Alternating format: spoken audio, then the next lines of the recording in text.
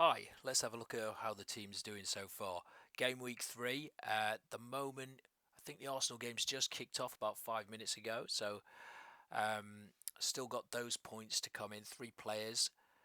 And so far, the game week looks like it's going okay for me. Better than the usual, anyway. So, 50 points, can't complain too much with 3 players left to play. Unfortunately, looks like Gabriel is not going to be starting.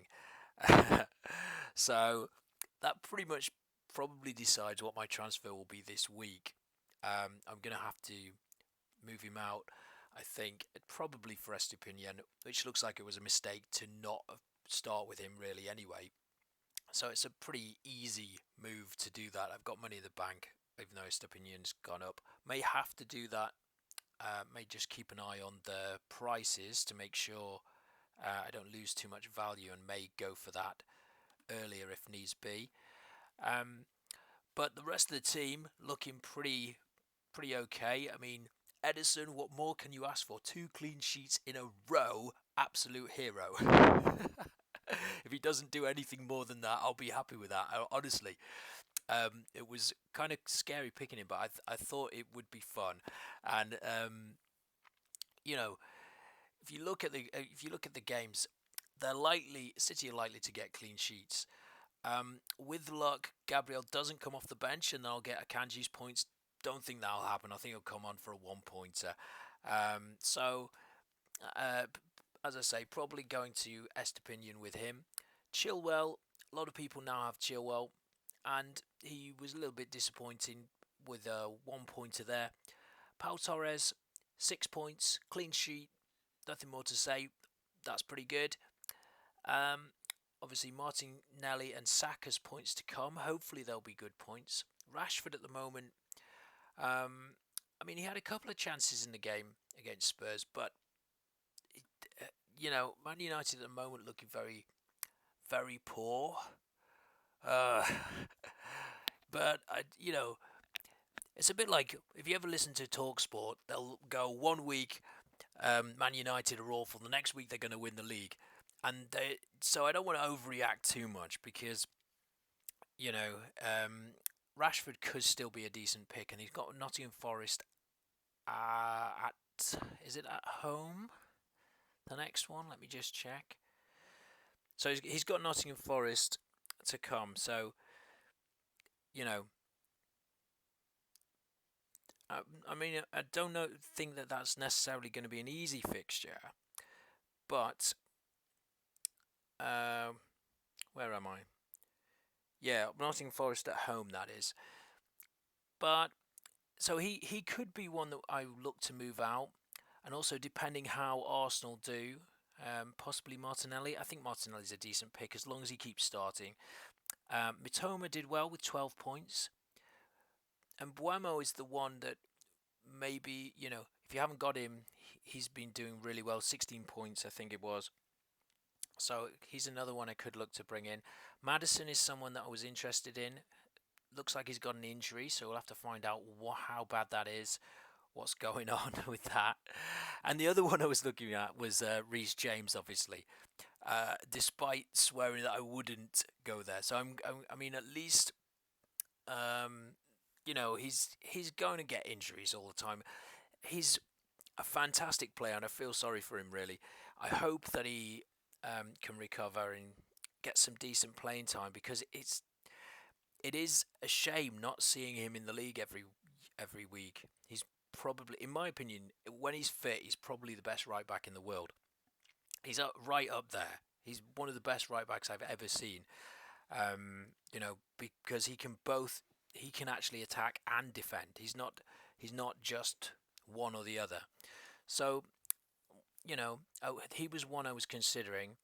Then I've got Visser who managed 11 points. Visser's been fantastic. You know, really good. I chose him kind of over Mbuemo. I did have one team that had both him and Mbuemo in. Who did I leave out? I think I left out Saka or Martinelli. One of the Arsenal boys. So that would have been. I may have been. I'm not going to work out which team's better. because that only sadness lies that way.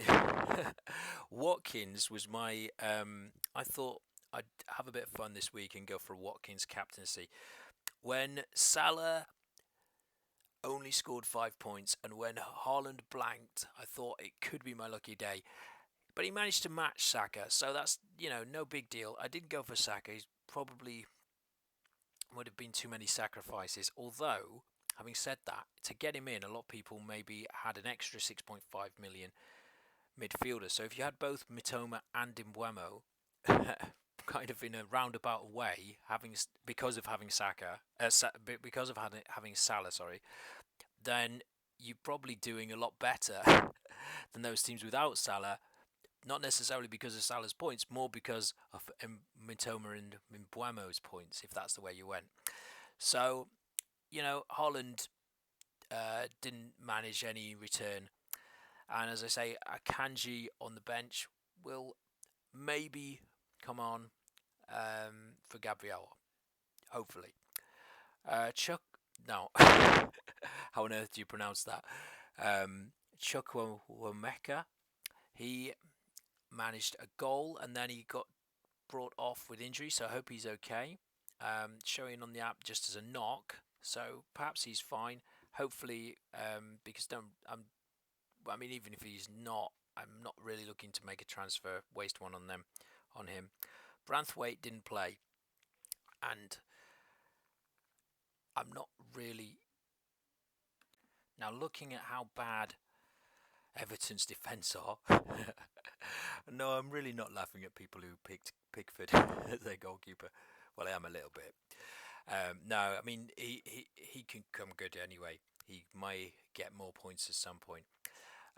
But I always had this inkling or this feeling that the Everton defence is not very good and hasn't been very good for a while. I think though will be around and about the relegation places this season. So I think Branthwaite is probably one of their best defenders, and hopefully he'll break into the team and at least be a valid option on the bench at some point, or if I should need him. It's not a big deal. He's only 4.4 million defender, and I don't really need him there at the moment. Last position on my bench. So yeah, that's the team. Did quite well there. Let me know how you did this week. And well, I suppose I should probably ask, if you got this far, maybe ask you to subscribe or something. Warning, subscription to the channel has been shown to cause many different side effects. You do so at your own risk.